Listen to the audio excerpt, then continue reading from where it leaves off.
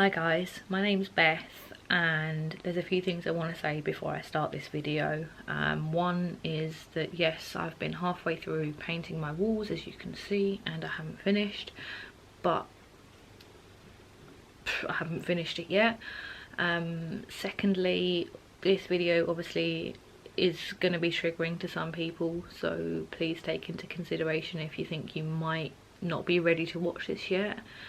And thirdly, this video wasn't made to berate any of the police or the CPS, etc, etc, anyone that I came into contact with while I was going through this. It's just me telling you my feelings and my own story.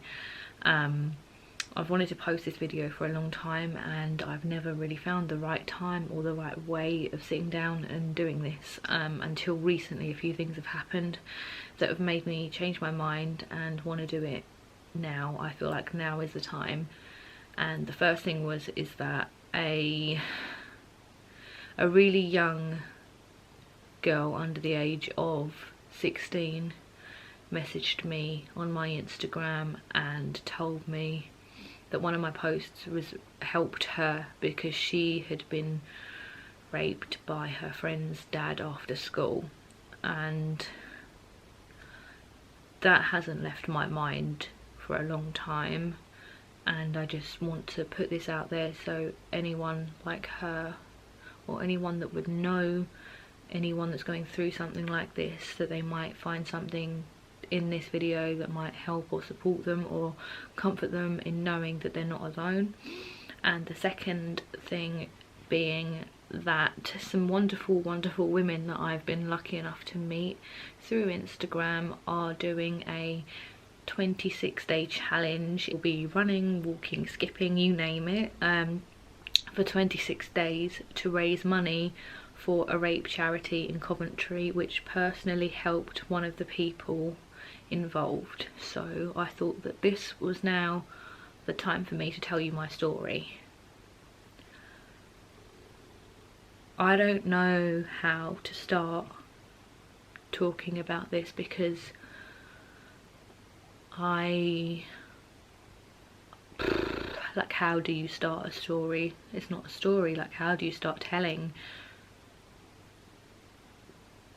Like, how do you start talking about something like this like it's what I ate for lunch? Like, I don't know. Like, I have no feelings towards it or about it right now, and I haven't for a long time, but it's just still quite a weird thing to sit and talk about, because I don't know how to say certain things without offending people, but I will do my best. So this happened a few years ago.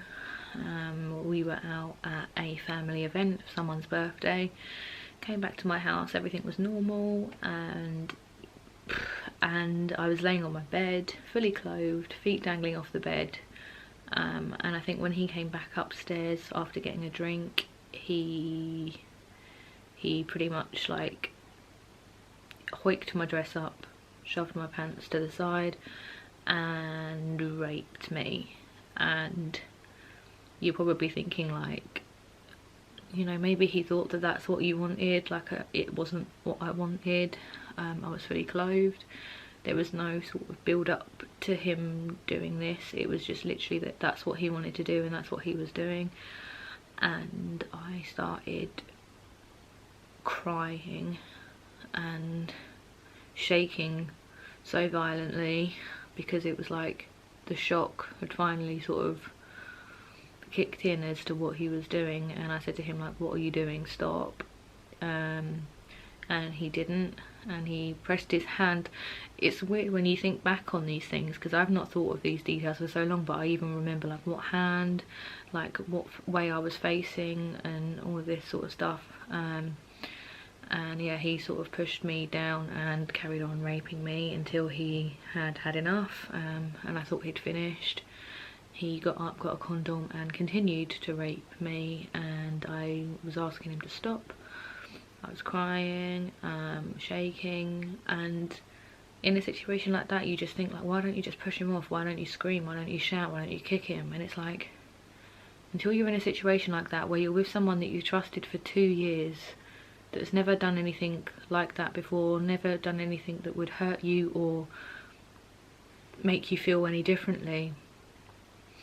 And until you're paralysed with like fear and shock, you don't understand that you can't, you know, like I was doing as much as I could by saying like stop and crying and why are you doing this, and that was honestly as much as I could humanly do at that point, because I just like it felt like all the strength and fight in me had just gone, and I felt literally like a shell of a person after that as well for a long time. So yeah, after that happened,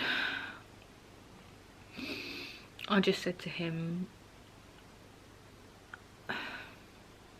after that happened, I said to him, what the fuck are you doing? You just raped me.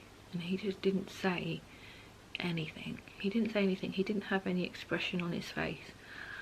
And I was still crying, and that night I just slept on the floor because obviously he was staying around my house. I didn't want to go and he was like staying around my house and I didn't know what to do. I didn't want to go and wake my mum up and say, Mum, the boy I've been with for 2 years has just raped me, because I didn't want to upset her and I didn't want to, you know, start anything, which is so stupid in hindsight. But for the next few days and weeks I stayed with him, but it wasn't like a normal relationship at all. I think it was just that we were so codependent on each other because we'd both been in this situation together, that's the only other person, we were the only other people that knew what was going on, and I was so reliant on him just because I wanted to know why he done it. And obviously I never got any answers other than sorry. So for the next few days I was sort of asking him like, why did you do that? Why me? Why didn't you stop when you saw me crying? I will insert some messages and stuff at some point. Hi, Future Beth here. These are the actual texts, so these are word for word the texts, and I just wanted to give a trigger warning just because people might find it upsetting. And also I want to add, I do not want anyone to say that he seems really remorseful or sorry, just because being sorry for something doesn't make it okay or right.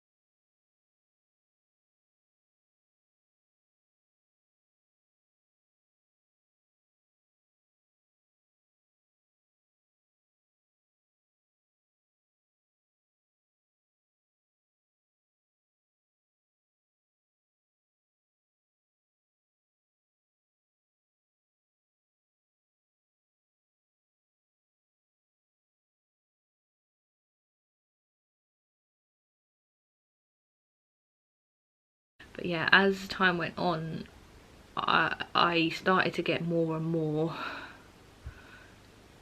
I started to get more and more like, not angry, but just like, I guess it started to hit me more than what had happened and how I was just not doing anything about it to help myself or other people.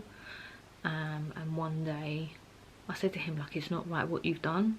You've literally destroyed me as a person. I feel like dirty. I don't feel like a woman anymore. I don't feel anything. I don't even feel like I didn't even want to be alive anymore at that point. And he said like, oh yeah, I need to be punished and all of this stuff. We actually drove to a police station to go and report it, and when we got there he was crying and begging me not to go in and ruin his life. And me being, I was a very weak person back then, and I said, okay, I don't want to ruin your life, you ruined mine, that's fine, but let's not have two ruined lives here. And I think the thing that gave me a smack in the face was when my friend, who to this day I still thank, because otherwise I probably wouldn't have been as open and honest and reported it without her. She said to me, why aren't you riding George? You haven't ridden him for like over a week. Why aren't you riding him? And I remember exactly where we were. We were driving out the yard, and I said to her like, he raped me, and I can't even physically sit in my car without being in pain. Like, I can't ride my horses because of the physical pain I was feeling. And after I just let this out, it just felt like something had been lifted in me, and I just felt free. Just being able to talk about it and say what I was feeling and why I was behaving the way I was behaving, and it changed something in me, I think, for sure. And the fact that people had noticed that it had affected, like, how I was with my horses, that was the thing, I think, that done it, because, like, my horses are my world, my horses are my life. Yeah, and after that, I think I then decided, like, I need to report this, because he's not gonna take any responsibility, and, you know, despite him saying he needs to be punished, he's not going to do anything about it. He's literally ruined my life. I was sleeping in my car because I didn't want to be in my bedroom. I literally slept in my car. I would go to work 12-hour shifts, and sleep in my car because I couldn't sleep in my room where he'd raped me, because my house didn't feel safe anymore. So I was just sleeping in my car. And fast forward to the time where I reported it, I went to a local police station, and they took me like into a room and did like I don't know what the first part of it is called, it's like the first like report or whatever, and they just take the information and that, but it just felt like it went on for so long. I was just in this room, like this really cold, dark room with this police officer, and I went through everything. And with a crime like rape, it gets transferred to the Sapphire unit, and you are assigned a Sapphire officer, like a SOIT officer, who is your sort of liaison officer, who is meant to be, you know, like your support and this, that and the other. And obviously when this whole thing starts, they say like that victim support will be in contact with you and to offer you support.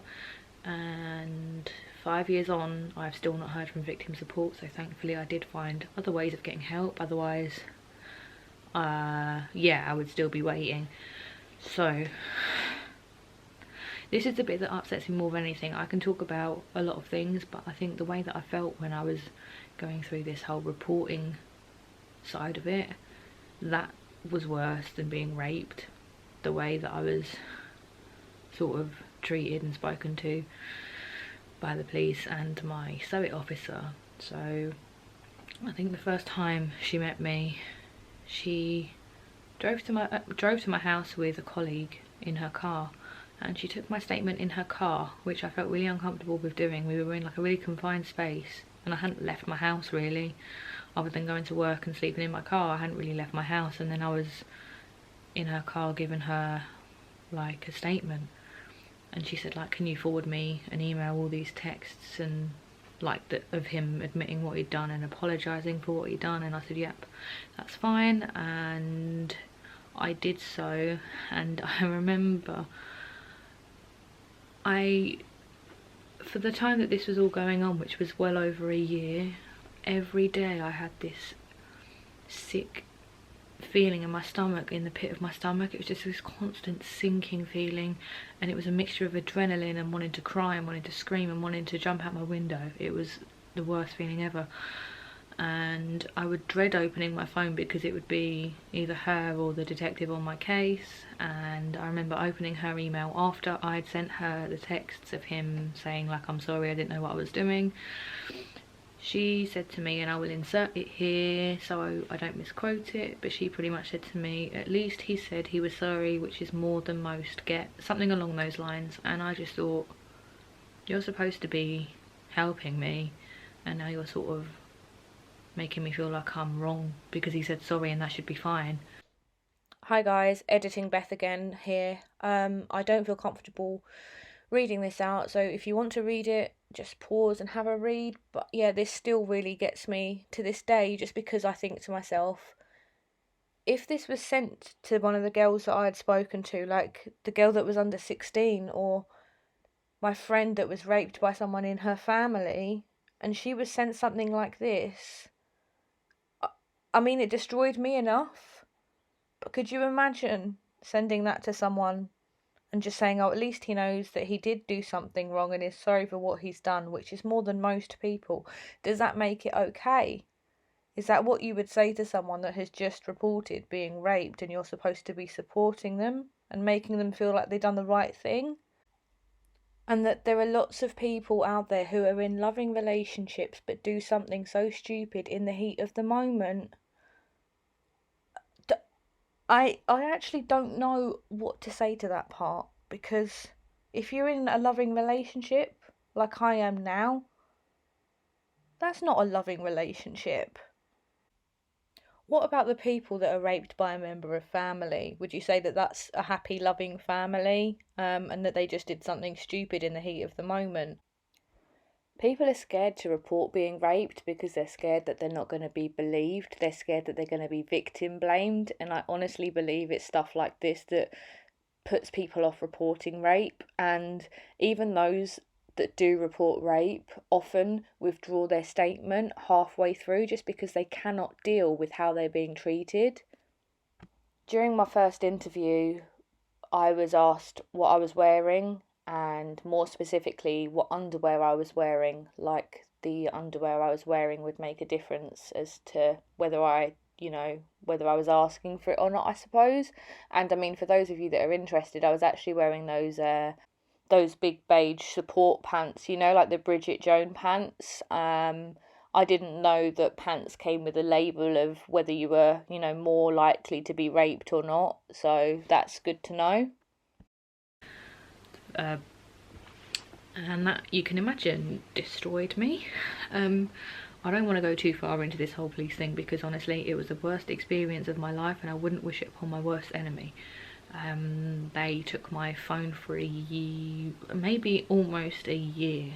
They had my phone for almost a year. They didn't have his for that long, they had mine for that long. And I remember when they took it, they are meant to make you sign it over so it's official evidence. They forgot to ask me to sign it over, so they literally just took my phone. And then I think that next day I said, aren't I supposed to have signed for that? And they made me drive all the way back and sign for it.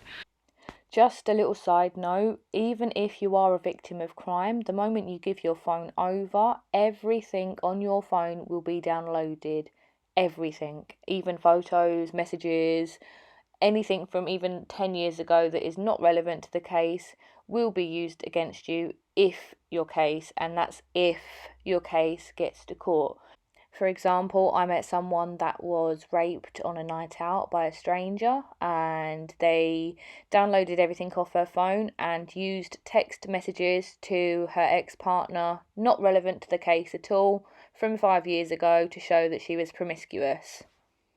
But obviously the defence and the CPS will use anything as a character reference, even if it's not at all relevant or recent to your case. The guy that was working my case was... I don't know how to say this because everyone is human, because the way he spoke to me and my mum, because like my mum, if I didn't have my mum through all of this, I would not have made it through it, honestly. I would not have got through this without her being by my side through all of this. But yeah, he started off being really helpful, really nice and really kind, and then he just got quite... He would try and get me on my own. He would try and make me go and talk to them on my own without my mum being there, and my mum was my advocate at the time, and I just felt like a bit intimidated by all of that. And so this video kind of links in with a few other things as well. So after I'd first reported it, I decided to... 2 times I ended up in hospital because I'd taken an overdose because I couldn't live with this pain anymore. I just couldn't cope with this pain, and it wasn't just an emotional pain, it was this physical pain inside me, and I cannot describe it to anyone, but I just felt so much pain. And it wasn't just from... it was a combination of being raped by someone that I trusted and having to deal with the police, and two of my best friends at the time were, a week after I was raped, one of my best friends just texted me and said like, oh, how are you? And I said like, I'm really struggling at the minute. This was a week after I was raped, and she said to me that she's bored of hearing about it now, can I talk about something else? And another one, and these are like not just, you know, acquaintances, these were people that I've grown up with. Another one said to me, at least he's hot, or at least he was hot. And honestly, I think, could you imagine someone saying stuff like that about, like, I don't know, like your ex? Like, that would hurt enough without it being about the man that raped you. That pushed me over the edge, and that made me want to end my life. So 2 times I was in hospital for attempted suicide, and I don't know what changed in me, but I thought I can either let this control the rest of my life or I can do something about it. So I really put a lot of effort and energy into George, and this was like probably one of George's most successful years in competing. And I remember I had to drop down a few heights just because like I was still physically recovering. And I remember someone said like, oh, why is she doing such small jumps? Is she just cheating? Like, she's just trying to get an easy win? And it's like, I couldn't say to her like, no, actually the reason that I've dropped down heights is because I was raped a few weeks ago and I'm still physically recovering from it. So I just sort of had to take it on the chin, like comments like that. And yeah, I channeled literally everything into George and just having fun. And if it wasn't for him, I don't think I'd be here anymore. Honestly, that little horse saved my life, and I owe him the absolute world. And yeah, one day I was competing George and Aragorn at dressage, and I came out the arena, and this is where my PTSD with riding Aragorn stemmed from. I was coming out of the arena with Aragorn, and I just saw this look on my mum's face, and I've never seen a look like it in my life. It was, I knew something had happened, and I said to her like, what? And she's like, no, don't worry. And my friend and her mum were there as well, and I was like, can someone just tell me what's going on? And she said to me like that the police had phoned her and told her not to tell me because they didn't want to ruin my day. It's like, oh, talking about ruining my day, it's like, it's not gonna, you know, one day. And they basically just said that they had gone to arrest him or question him, and he was avoiding arrest, was their words exactly. And honestly, from that moment onwards, I couldn't ever get back on Aragorn without violently shaking or throwing up or being absolutely terrified, because I associated this feeling of what I was going through at the time with riding him. And it sounds so stupid, and honestly since then, like when I've been trying to have lessons with people or like build my confidence up, they're like, oh, what happened? Did you have a bad fall? Did you know, like have a bad experience? Did you do this? And I was like, he hasn't done anything. But I attached this feeling to him, and it has taken me, I mean, so long. It's 2 years I couldn't sit on that horse without violently shaking or throwing up or having like PTSD symptoms.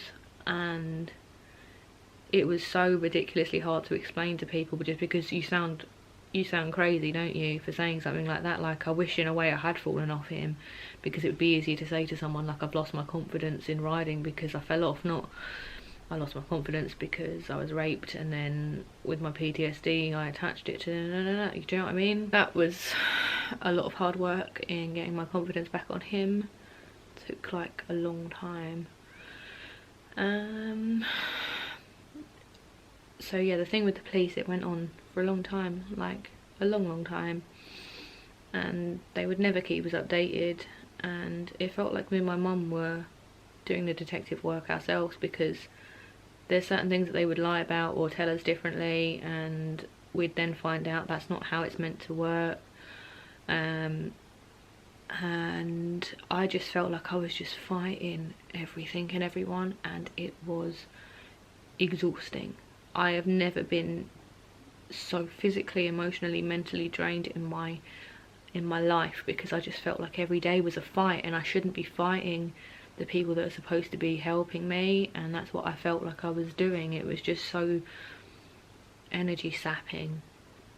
But as time went on and I was going out a lot more with George, I just sort of started like smiling again, and I started laughing again, and I started finding a purpose again, and that really helped. I let go of a lot of the hate and the hurt, especially that I had towards like the friends that were supposed to be my friends. I let a lot of that hate and anger go, and I got in contact with a women's charity, and I think there was a combination of things that really helped me through this. First being George, secondly being my mum, and thirdly being this charity, because I think if I hadn't had those three things happening when they did, I probably wouldn't have come out of this how I am now, if at all.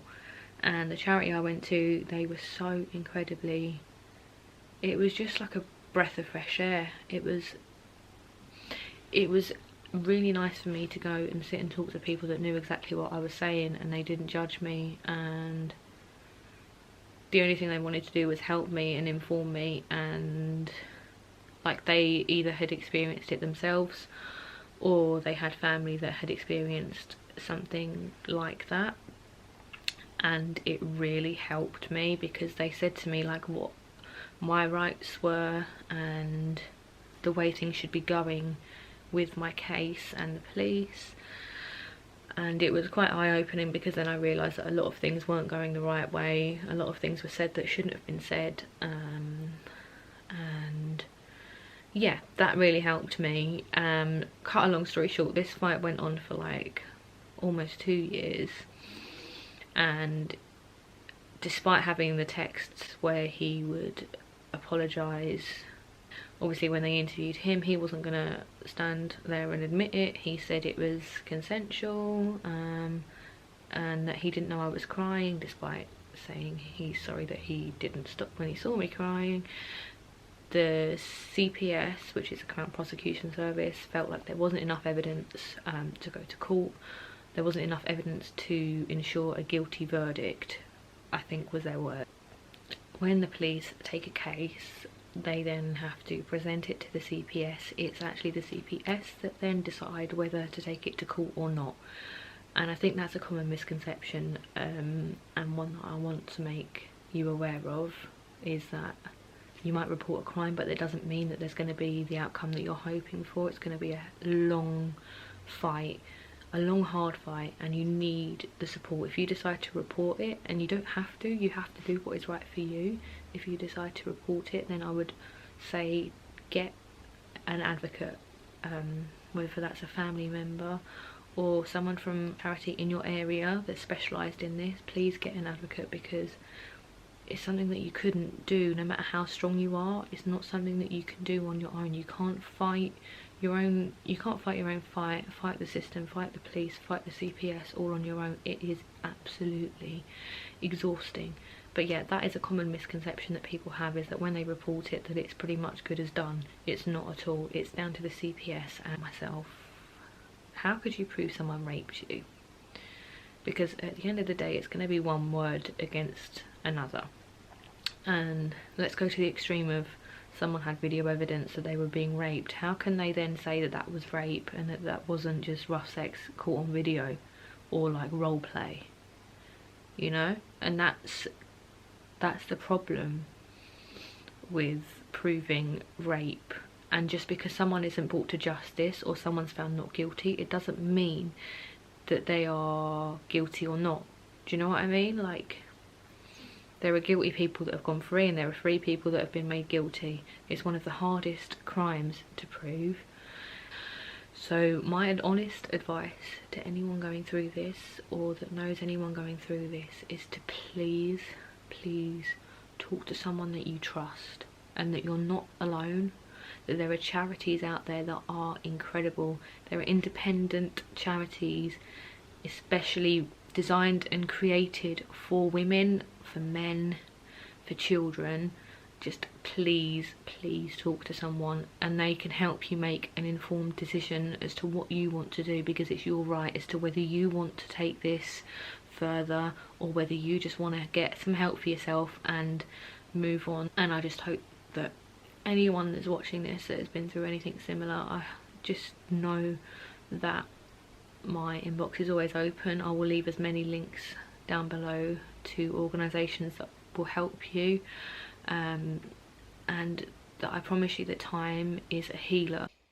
A few years after this all happened, I went to meet one of my friends at a pub, and I said, like, you know, where are you sitting? And he told me, so I started heading for where he was sitting, and I walked around the corner, and he was sitting at a table next to the guy that raped me. A few years ago, if I'd seen that, I don't know how I would have acted. I probably would have, I don't know, I really don't know. I always said to my mum, I don't know how I would ever be if I saw him, if I ever had to be in a room with him, because for years I'd avoided going to certain places, and I hadn't seen, heard, spoken about him for so long. And you know what I felt?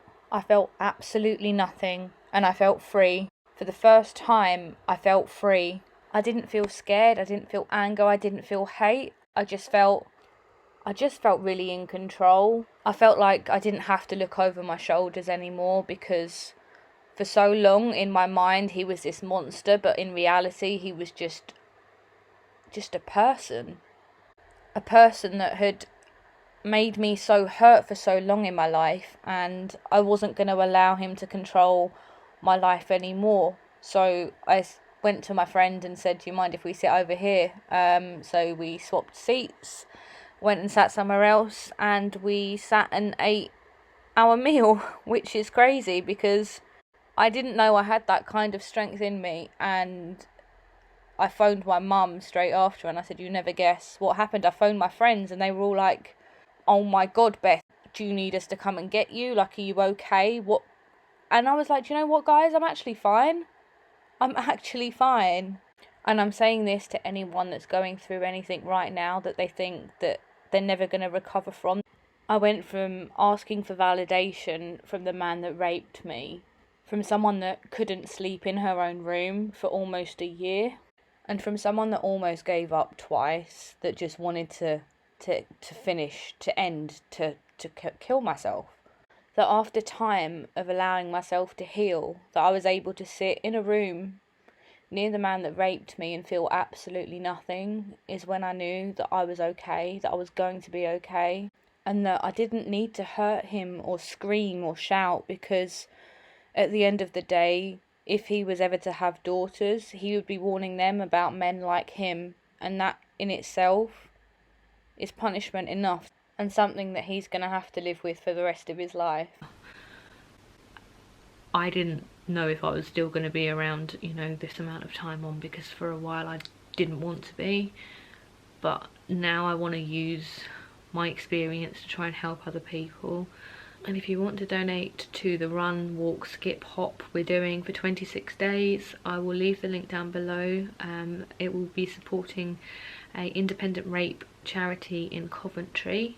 So even if you're not from Coventry, please donate whatever you can, just because without these charities, a lot of women, men, children, families would not be getting the support and the help that they need.